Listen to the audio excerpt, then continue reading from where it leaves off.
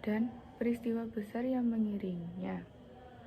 Kelahiran Nabi Muhammad SAW adalah rahmat agung bagi manusia, bahkan bagi alam semesta, sebab beliau adalah rahmat lil alamin.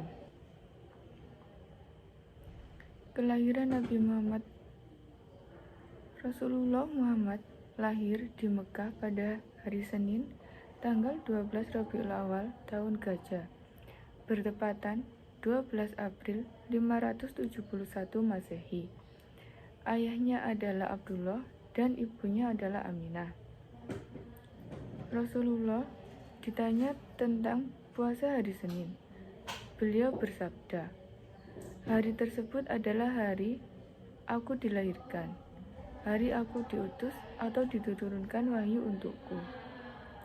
Saat itu, bahkan hingga masa Islam, Arab sebelum memiliki angka tahun, penanaman tahun diambilkan dari peristiwa besar yang terjadi pada tahun itu. Tahun lahirnya Rasulullah disebut tahun gajah karena pada saat itu terjadi penyerbuan pasukan gajah yang hendak menghancurkan Ka'bah. Namun, pasukan yang dipimpin Abraha itu dihancurkan Allah sebelum mencapai Ka'bah. Saat Rasulullah lahir, keluar cahaya hingga menerangi istana-istana di Syam. Ibnu Sa'ad meriwayatkan bahwa ibunda Rasulullah berkata, "Setelah bayiku lahir, aku melihat ada cahaya yang keluar dari jalan lain, menyinari istana-istana di Syam." Imam Ahmad juga meriwayatkan hal senada. Saat Rasulullah lahir, ayah beliau Abdullah telah wafat. Ia wafat di Yastrib, yaitu Madinah, saat diutus Abu Muthalib untuk mengurus kurma di sana. Setelah bayinya lahir, Aminah mengirim utusan menemui Abdul Muthalib. Mendengar kabar gembira itu, Abdul Muthalib datang dengan penuh sukacita. Diambilnya bayi itu, dibawanya ke Ka'bah, seraya berdoa kepada Allah.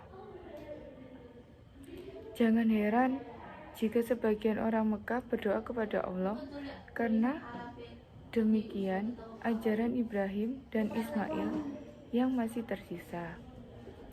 Hanya saja seiring dengan waktu telah terjadi banyak penyimpangan hingga pada kondisi kronis menyembah berhala dan berdoa kepada berhala. Abdul Muthalib lantas memberikan nama Muhammad untuk cucunya itu. Namanya beliau belum dikenal di Arab dan mungkin belum pernah dipakai oleh siapapun.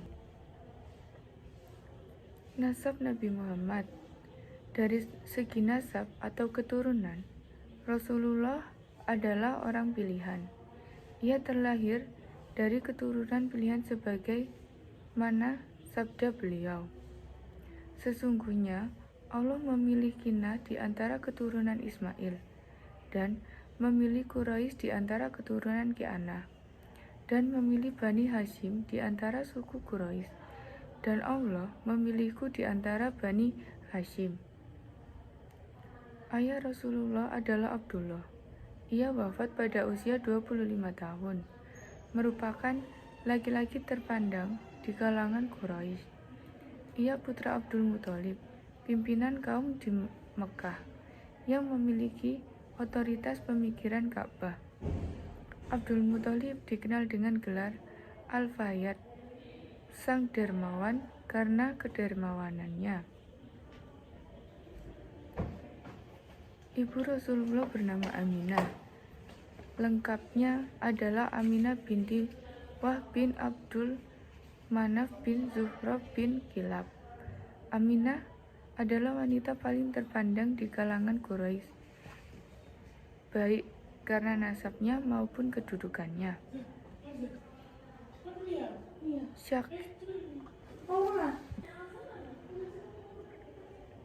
Syaki Safiurrahman Al-Mubarakfuri menjelaskan, ada 3 bagian nasab Rasulullah, yaitu 1.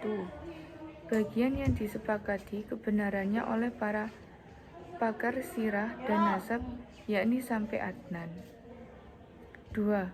Bagian yang diperselisihkan, yakni dari Adnan hingga Ibrahim alaihissalam. 3. Bagian yang di dalamnya ada hal-hal yang tidak benar, yakni dari Ibrahim alaihissalam ke atas hingga Adam alaihissalam.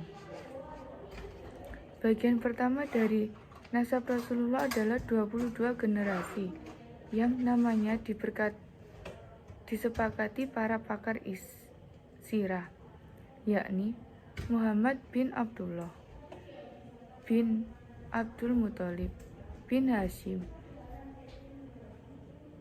bin Abdul Manaf bin Quraisy bin Kilab bin Murrah bin Ka'ab bin Lu'ay bin Ghaib bin Fih bin Malik bin An-Nazar bin Kinanah bin Kuzaimah bin Mudrika bin Ilyas bin Muhdar bin Nizar bin Ma'ad bin Adnan. Peristiwa yang mengiringi kelahiran Nabi Muhammad. Ada 5 peristiwa besar yang mengiringi kelahiran Nabi Muhammad, yaitu 1. Hancurnya pasukan gajah. Seperti disinggung di atas, Rasulullah dilahirkan pada tahun gajah. Disebut tahun gajah karena saat itu Abraha membawa pasukan bergajah menyerang Ka'bah. Abraha adalah penguasa di Yaman. Ia membangun gereja besar di kota Sana'a dengan maksud agar orang-orang berkunjung ke sana dan mendatangi pasukan besar bagi Yaman. Ia ingin menggeser kedudukan Ka'bah yang selalu ramai didatangi oleh orang-orang di seluruh penjuru Arab. Namun, bangunan yang megah dan indah itu tak kunjung ramai. Orang-orang Arab tetap berdatang ke Mekah untuk mengunjungi Ka'bah yang memiliki nilai historis tinggi, terlebih pada musim haji. Syekh Mahmud dan Misri dalam sirah Rasulullah menyebutkan, seorang laki-laki Arab dan Bani Kina'ah masuk gereja tersebut dan meletakkan kotoran di dalamnya. Ini yang memicu kemarahan Abraha hingga ingin menghancurkan Ka'bah. Abraha menyiapkan pasukan dalam jumlah besar, sebagiannya mengenai gajah. Dengan sombong dan pongah, mereka bergerak menuju Mekah. Tujuannya hanya satu, menghancurkan Ka'bah. Orang-orang Mekah yang mendengar kabar itu merasakan ancaman besar. Pasukan bergajah itu bukan tandingan mereka. Bahkan Abdul Muthalib sebagai pemimpin Mekah pun tak bisa berbuat banyak. Ia menyerahkan perlindungan Ka'bah sepenuhnya kepada Allah. Saat mengetahui 200 untanya dijarah Abraha, Abdul Muthalib menemui Abraha meminta untanya dikembalikan. Kami datang hanya untuk meminta untamu kembali. Lalu, bagaimana dengan Ka'bah yang akan kuhancurkan? Abraha keheranan dengan sikap Abdul Muthalib. Untuk itu milikku, maka aku meminta kembali. Sedangkan Ka'bah itu milik Allah, maka Dia sendiri yang akan melindunginya. Jawab kakek Nabi Muhammad SAW. Abraham merasa besar diri karena tak ada yang mampu melawannya. Unta Abdul Muthalib pun kepemilikan. Namun, belum sampai di Mekah, datang burung berbondong-bondong dari arah laut. Burung-burung itu membawa batu-batu panas dan menjatuhkannya ke pasukan Abraha. Mereka pun jatuh bergelimpangan, tewas mengenaskan. Abraha tidak langsung mati saat terkena batu itu, namun luka parah. Ketika dilarkan di Yaman, kondisi semakin melemah, dan akhirnya tewas dengan dada terbelah dan jantungnya keluar.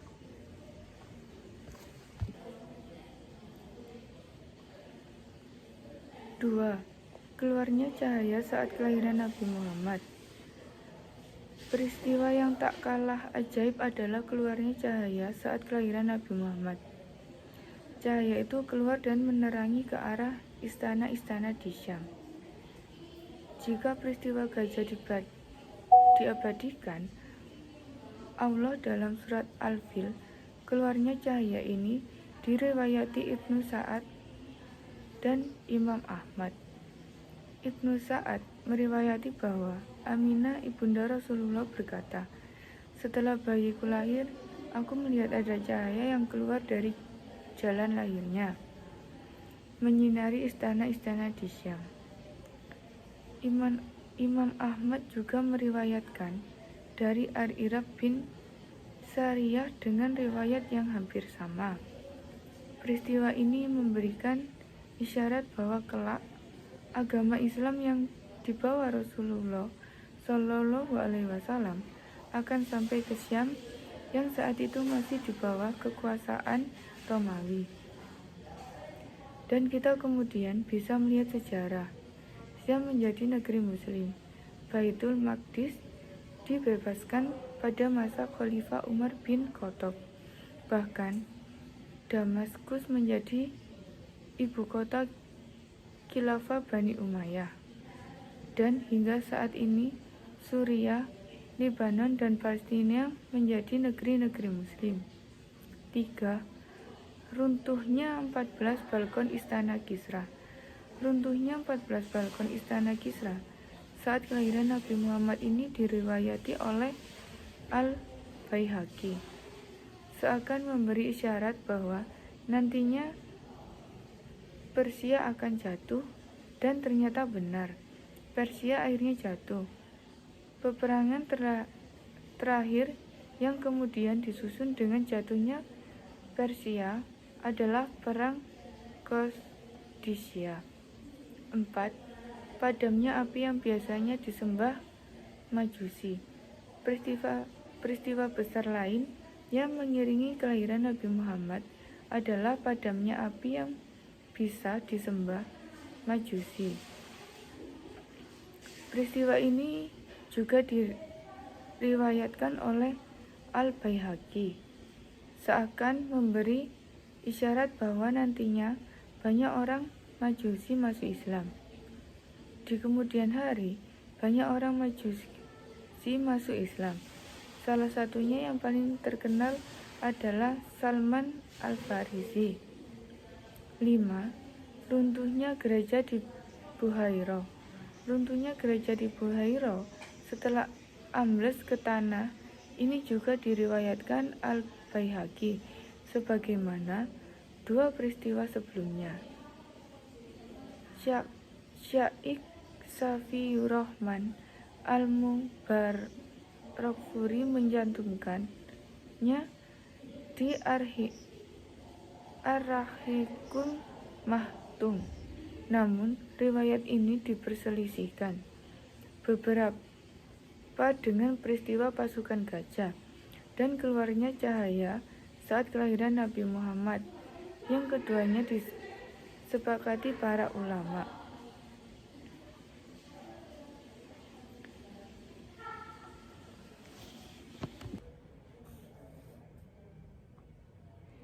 Nabi Muhammad di Bani Sad. Wanita ketiga yang menyusui Rasulullah adalah Halimah binti Abu Zu'aib. Darinya Rasulullah memiliki saudara sepersusuan, Abdullah bin Al-Harits, Unaisah binti Al-Harits, Hatsafah binti Al-Harits, Abu Sufyan Al-Harits bin Abdul Muthalib, dan Hamzah. Halimah dan suaminya Al-Harits bin Abdul Uzza datang ke Mekah dengan menaiki keledai betina putih. Mereka juga membawa unta tua yang tak bisa diambil air susunya untuk mengangkut barang. Sepanjang malam ia tak bisa tidur karena bayinya kelaparan. Air susunya juga tidak lancar. Semua menolak membawa Rasulullah karena yatim. Tapi Halimah tak punya pilihan. Semua temannya sudah dapat bayi. Akhirnya bawalah Nabi Muhammad. Keberkahan langsung terasa. Menggendong Nabi Muhammad, bayi tidak terasa terbebani. Saat menyusuinya, ASI Halimah langsung lancar. Bayinya juga kenyang hingga tidur pulas. Keledainya menjadi kuat dan cepat hingga teman-temannya. Untanya mengeluarkan susu hingga dia dan suami kenyang meminumnya. Setiba di Bani Sa'ad, tanah keluarga Halimah menjadi subur. Domba-dombanya pulang dengan kenyang dan air susunya penuh. Sampai-sampai warga Bani Sa'ad mengatakan, "Tirulah Halimah dengan melepaskan domba agar mencari rumput sendiri." Namun domba mereka pulang dalam kondisi lapar, tidak seperti domba Halimah. 2 tahun menyusui Muhammad, keluarga Halimah dipenuhi keberkahan. Saat waktu mengembalikan ke pangkuan ibu, Halimah minta diperpanjang. Nabi Muhammad di Bani Sa'ad sampai 4 atau 5 tahun, hingga malaikat Jibril membela dadanya setelah itu. Karena khawatir keselamatan Muhammad, ia pun dikembalikan ke ibunya.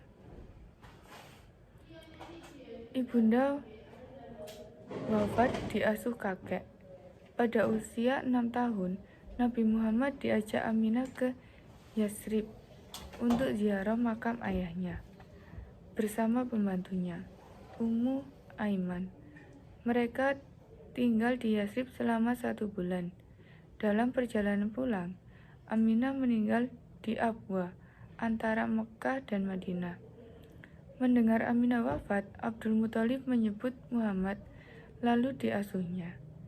Ia sangat menyayangi beliau melebihi anak-anaknya, hingga dibolehkan duduk di depannya dekat Ka'bah. Pada saat Muhammad berusia 8 tahun, Abdul Muthalib wafat. Diasuh paman Abdul Thalib. Sepeninggalan Abdul Muthalib, Abdul Thalib mengambil tanggung jawab mengasuh Rasulullah. Disayang melebihi anak-anaknya. Pada usia 12 tahun, diajak berdagang ke Syam hingga bertemu Buhairah. Dia pemimpin semesta alam, akan diutus Allah jadi rahmat bagi seluruh alam, kata Buhairah kepada Abu Thalib. Dari mana kamu tahu? Sejak kalian tiba di Aqabah, tak ada bau dan pohon melainkan tunduk bersujud. Sujud mereka hanya pada Nabi. Aku juga tahu cincin nubuwah di bawah tulang rawan bahunya, menyerupai apel. Tertulis dalam kitab kami.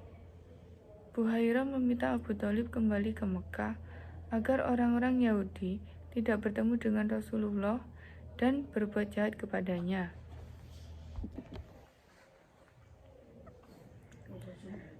Nabi Muhammad mengembala kambing. Semasa remaja, Rasulullah mengembalakan kambing di Bani Sa'ad bin Bakar dan Makkah. Meskipun imbalannya tidak seberapa dibanding fasilitas yang bisa didapatkan dari Abu Thalib, namun Dari situlah terlihat tanggung jawab Rasulullah. Perannya sebagai nabi telah disiapkan Allah. Di saat itu pula Allah mentarbiah Rasulullah untuk tidak memiliki keinginan sebagaimana anak-anak sebaya pada umumnya, dan Allah menyelamatkannya dari dua hiburan yang ingin ditontonnya. Suatu hari Rasulullah mendengarkan kabar bahwa di Mekah akan dipertunjukkan musik. "Tolong jaga kambing-kambingku. Aku ingin melihat hiburan seperti anak-anak pada umumnya." Demikian kata Rasulullah kepada temannya sore itu. Sesampainya di Mekah, ketika mendekati lokasi pertunjukan, Rasulullah mengantuk dan tertidur hingga pagi. Ketika bangun, pertunjukan sudah selesai. Di hari yang lain, Rasulullah kembali menitipkan kambing gembalanya ke temannya. Namun, kembali terulang. Sebelum sempat melihat, beliau tertidur. Rupanya Allah menyelamatkan Rasulullah dengan membuatnya mengantuk dan tertidur. Setelah 2 kali mengalami hal itu, Rasulullah tak pernah lagi pun keinginan untuk melihat pertunjukan musik. Allah menjaga beliau sejak kecil. Perang Fijar dan Hilful Fudur. Pada usia 15 tahun, beliau ikut perang Fijar. Beliau bertugas mengumpulkan anak-anak panah untuk diberikan kepada Abu Thalib. Pasca perang Fijar terjadi perjanjian pada bulan Zulqa'dah yang dinamakan Hilful Fudul. Orang-orang Quraisy sepakat untuk tidak membiarkan orang dizolimi di Mekah. Aku telah menghadiri perjanjian di rumah Abdullah bin Jud'an yang lebih aku sukai daripada memiliki unta merah. Andai di masa Islam aku diundang untuk menghadirinya, niscaya aku akan menemuinya. Berdagang ke Syam. Pada usia 25 tahun, beliau berdagang ke Syam dengan modal dari Khadijah, Masyarah, pembantu Khadijah, yang menemaninya. Begitu kagum dengan kejujuran, amanah dan akhlak Muhammad, kepiawaian bisnis beliau juga membawa keuntungan besar bagi Khadijah. Menikah dengan Khadijah. Saat mengetahui kejujuran dan kemuliaannya, Khadijah meminta Nafisah binti Munayah menanyakan kepada Muhammad, apakah mau menikah dengan Khadijah? Rasulullah pun menikah dengan Khadijah dengan mahar 20 ekor unta muda. Pernikahan itu terjadi 2 bulan sebulan dari Syam. Usia Rasulullah saat itu 25 tahun, sedangkan Khadijah 40 tahun. Dari pernikahan itu lahir putra-putri beliau, Al-Qasim, Abdul, At-Thayyib, At-Thahir, Zainal, Ruqayyah, Ummu Kulsum, Fatimah, Al-Amin, dan renovasi Ka'bah. Rasulullah mendapatkan gelar Al-Amin dan masyarakat Quraisy karena kejujurannya. Karenanya, ketika ada renovasi Ka'bah saat usia beliau 35 tahun, tokoh-tokoh Quraisy sangat senang mendapatkan Hakim Muhammad. Hampir saja mereka berperang karena memperebutkan siapa yang pantas meletakkan Hajar Aswad. Lantas, dipilih orang pertama yang masuk Masjid Haram, dan itu tidak lain adalah Rasulullah. Beliau kemudian memberikan keputusan yang memuaskan seluruh pihak, yakni Hajar Aswad diletakkan di atas kain. Semua pemimpin kabilah memegang kain itu dan mengangkatnya, mendekatkan ke Ka'bah. Setelah dekat, Rasulullah meletakkan Hajar Aswad ke tempatnya. Demikian sirah Nabawiyah.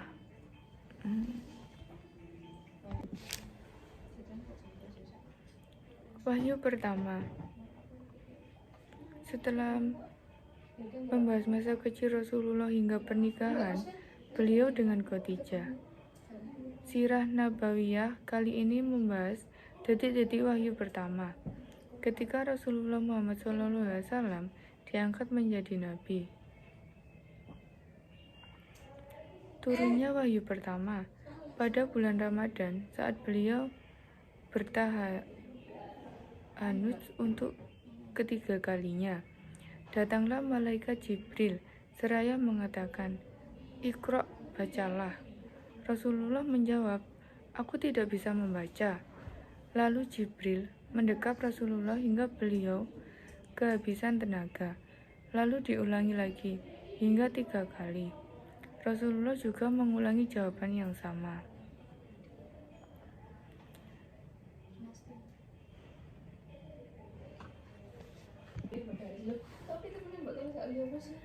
Pertama turunnya wahyu kepada Rasulullah SAW secara mimpi yang benar waktu beliau tidur.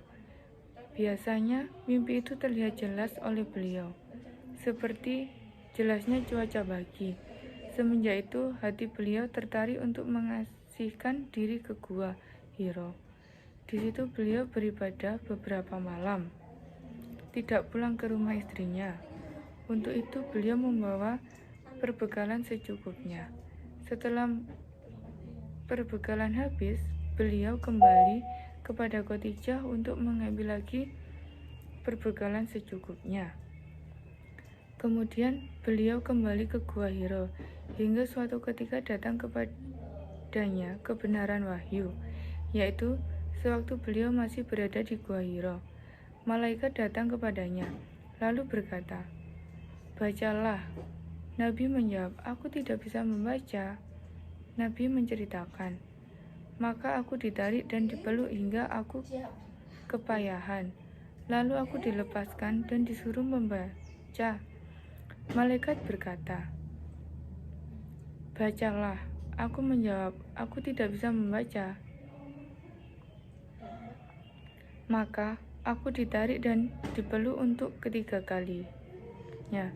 Kemudian aku dilepaskan seraya ia berkata, "Bacalah dengan nama Tuhanmu yang menjadikan manusia dari segumpal darah. Bacalah demi Tuhanmu yang maha mulia." Setelah itu Nabi pulang ke rumah Khadijah bin Khuwailid. Rasulullah kemudian bergegas pulang dalam kondisi menggigil seperti demam. Selimut aku," kata beliau kepada Khadijah.